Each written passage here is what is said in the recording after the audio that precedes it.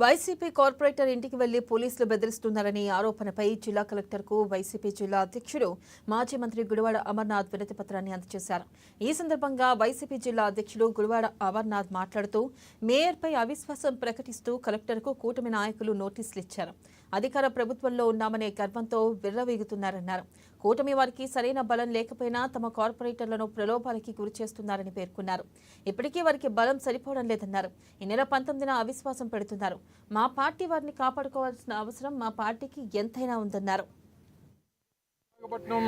Greater Visakhapatnam నగరపాలక సంస్థ గౌరవ మేయర్ గారి మీద గత నెల 21వ తారీఖున కూటమిలో ఉన్నటువంటి కార్పొరేటర్లు గౌరవ మేయర్ గారి మీద అవిశ్వాస తీర్మానం ఇస్తూ జిల్లా కలెక్టర్ గారికి లేఖ ఇచ్చినటువంటి విషయం మీ అందరికీ తెలుసు. వాస్తవానికి కూటమికి బలం లేకపోయినప్పటికీ వైఎస్ఆర్ కాంగ్రెస్ పార్టీ గుర్తు మీద గెలిచినటువంటి 57 మంది కార్పొరేటర్లు ఉన్నప్పటికీ వారికి సరైనటువంటి బలం కార్పొరేషన్లో లేనప్పటికీ ప్రభుత్వంలో ఉన్నామన్నటువంటి ఏకైక ఉద్దేశంతో ఏ అరాచకాలైనా సృష్టించవచ్చు, ఎన్ని దౌర్జన్యాలైనా చేయొచ్చు, ఎన్ని ప్రలోభాలైనా పెట్టొచ్చు, ఎంతమందినైనా మన వైపు లాక్కోవచ్చు, ఎంతమందినైనా బెదిరించవచ్చు అనేటువంటి ఉద్దేశంతో వారికి ఉన్నటువంటి ఈ క్వాలిఫికేషన్స్తో వారు మా మేయర్ గారి మీద అవిశ్వాస తీర్మానం ఇవ్వడం మనందరం కూడా చూసాం. సరే, వారికి సరైనటువంటి బలం లేకపోయినా మా దగ్గర నుంచి కొంతమంది కార్పొరేటర్ని వాళ్ళు బెదిరించో, భయపెట్టో, ప్రలోభ పెట్టో, లేదా వాళ్ళు తీసుకోనో ఏదో జరిగి కొంతమంది వెళ్ళిపోయినప్పటికీ అయినప్పటికీ వారికి బలం సరిపోకపోయినా, ఎందుకంటే నో కాన్ఫిడెన్స్ పెట్టినప్పుడు అవిశ్వాస తీర్మానం 2/3 మెజారిటీ అనేటువంటిది వారికి ఉండాలి. అది లేనప్పటికీ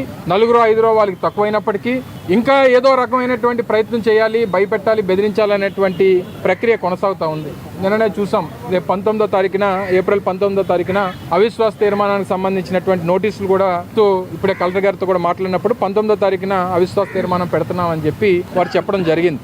అయితే మా కార్పొరేటర్లు రాజకీయంగా మా కార్పొరేటర్లను ప్రొటెక్ట్ చేసుకోవాల్సినటువంటి బాధ్యత మా మీద ఉంది. వాళ్ళని సేఫ్ గార్డ్ చేసుకోవాలి. వాళ్ళు మరిన్ని బెదిరింపులకు లోను కాకుండా వాళ్ళు ప్రొటెక్ట్ చేసుకోవాల్సినటువంటి బాధ్యత ఒక రాజకీయ పార్టీగా వైఎస్ఆర్ కాంగ్రెస్ పార్టీ మీద ఉంది. కాబట్టి మా ప్రయత్నం, మేము మా పార్టీ నాయకుడు